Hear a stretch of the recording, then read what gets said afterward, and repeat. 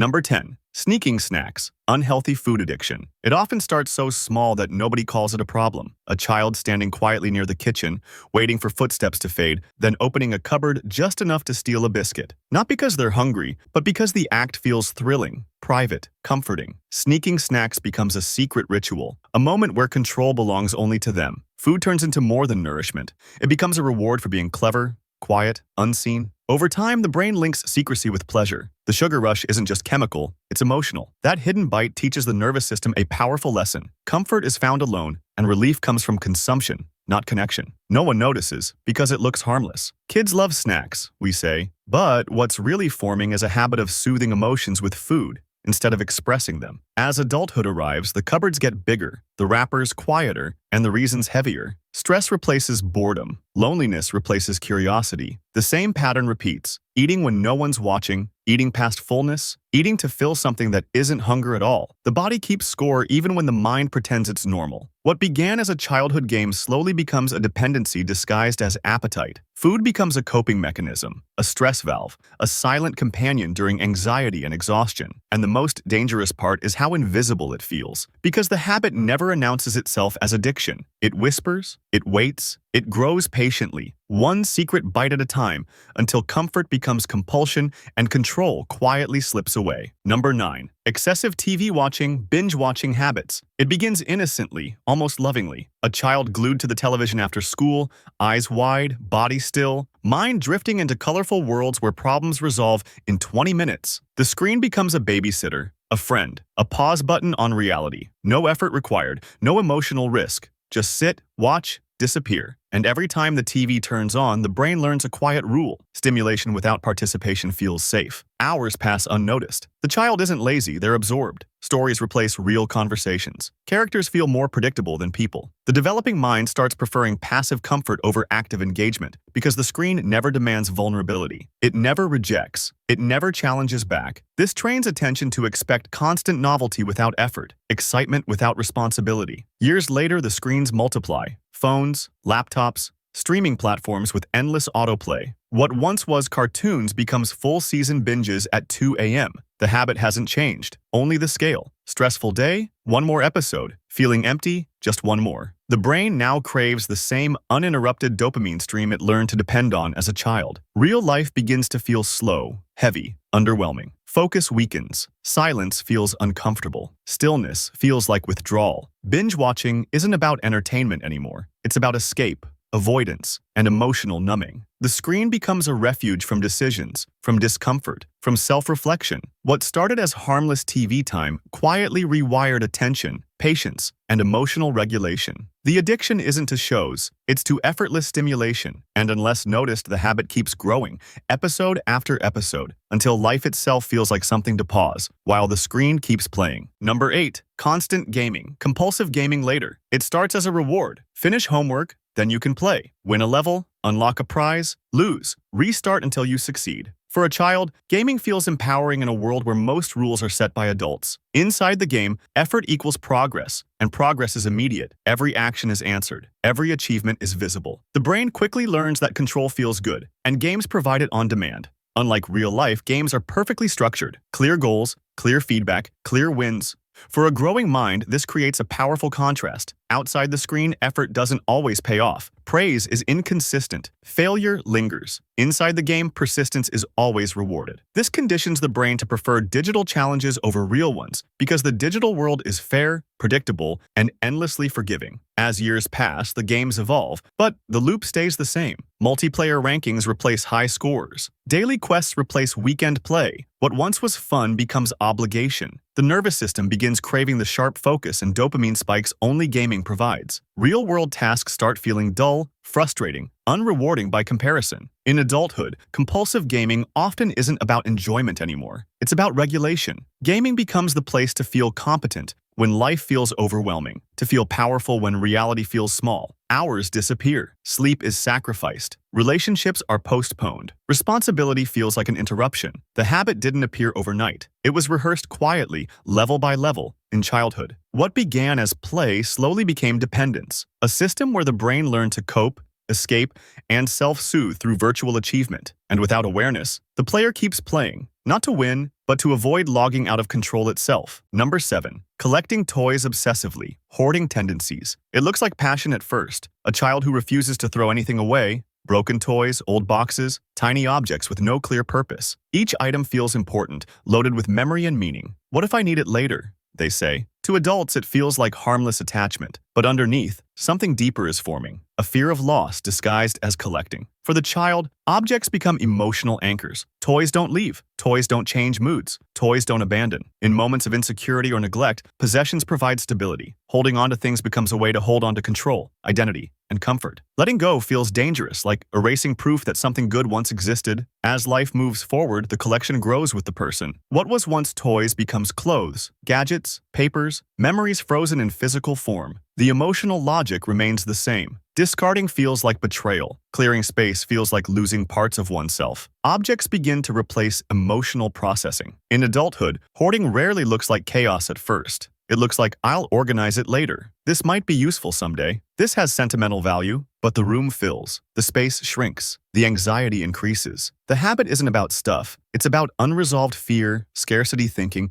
and emotional attachment transferred onto things. The child who once saved every toy wasn't greedy. They were afraid. Afraid of emptiness. Afraid of not having enough. Afraid of letting go. And unless confronted, that fear quietly grows, item by item, until the home becomes a storage unit for emotions never learned to release. Number 6. Candy rewards. Sugar dependency as adult. It often comes wrapped in kindness. A piece of candy for good behavior, chocolate for silence. Sweets handed over as proof of love, celebration, or apology. For a child, sugar isn't just a taste, it's an emotional signal. Happiness arrives in bright colors and instant sweetness. The brain learns quickly. Pleasure can be eaten, and emotions can be managed with a treat. Each reward strengthens the association. Sad? Candy helps. Bored? Candy fixes it. Successful? Candy celebrates it. Over time, the child doesn't learn how to sit with feelings. They learn how to sweeten them. Sugar becomes a shortcut past discomfort, a fast solution that never asks questions. No one notices because it looks affectionate, even nurturing. As the body grows, the brain keeps the pattern. The rewards simply change form. Desserts after stressful days. Sugary drinks for energy. Late-night snacks for emotional relief. The craving isn't really for sugar, it's for regulation. The nervous system now expects a chemical lift whenever emotions dip. In adulthood, sugar dependency often hides behind routine. I deserve this. I need energy. Just one more. Blood sugar spikes mirror emotional highs, followed by crashes that demand repetition. Mood swings, fatigue, irritability, all quietly fueled by the same childhood logic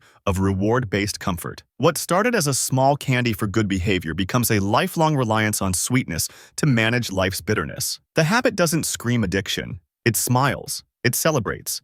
It disguises itself as normal, but underneath, the body is chasing the same feeling it learned long ago. That happiness is something you consume, not something you learn to create. Number 5. Escaping into daydreams, compulsive fantasy or roleplay. It begins in silence. A child staring out of a window, lost in elaborate inner worlds where everything feels safer, brighter, more controllable. Daydreaming becomes a refuge when reality feels boring, overwhelming, or emotionally thin. Inside the mind, they are powerful, admired, protected. No rules, no rejection. Just imagination filling the gaps real life leaves open. At first, it's creativity, a sign of intelligence. Adults smile and say the child is lost in thought, but when imagination becomes the primary escape from discomfort, the brain starts preferring fantasy over presence. Emotions aren't processed, they're bypassed. Conflict isn't resolved, it's rewritten. The child learns that retreating inward is easier than engaging outward. As years pass, the inner worlds grow more detailed. Music, stories, roleplay, fictional identities, tools that make escape faster and deeper. In adulthood, this can evolve into compulsive fantasy,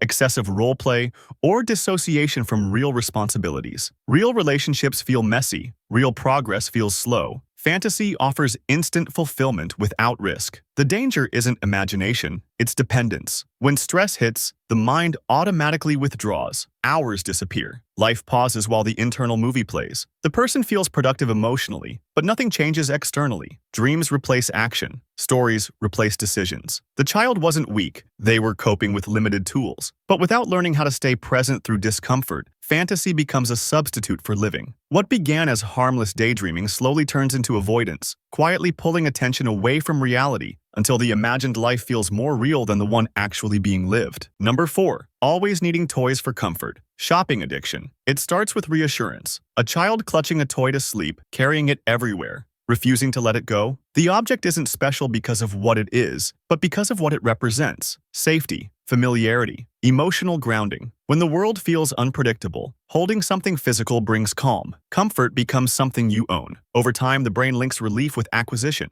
Feeling uneasy? Get something. Feeling bored? Buy something. The toy isn't just a toy, it's an emotional stabilizer. And when that stabilizer works, the lesson sticks. Possession equals peace, loss equals anxiety. The child learns to regulate emotions externally instead of internally. As adulthood arrives, toys transform into clothes, gadgets, collectibles, impulse purchases. The feeling is the same. The rush of buying brings temporary calm, a sense of control, a brief identity boost, but it fades quickly. The comfort never lasts, so the cycle repeats. Another item, another hit of relief. Shopping addiction often hides behind productivity or style. I earned this. It was on sale. I needed it. But the purchases aren't about need. They're about emotional management. Stress, emptiness, and insecurity are treated with transactions instead of reflection. The habit began long before credit cards existed. It started with a child needing something solid to hold on to emotionally. Without learning how to self-soothe, the adult keeps searching for comfort on shelves and screens. And no matter how full the closet gets, the calm never stays. Because peace was never something that could be bought. Number 3. Hiding mistakes, lying, or denial patterns. It begins with fear,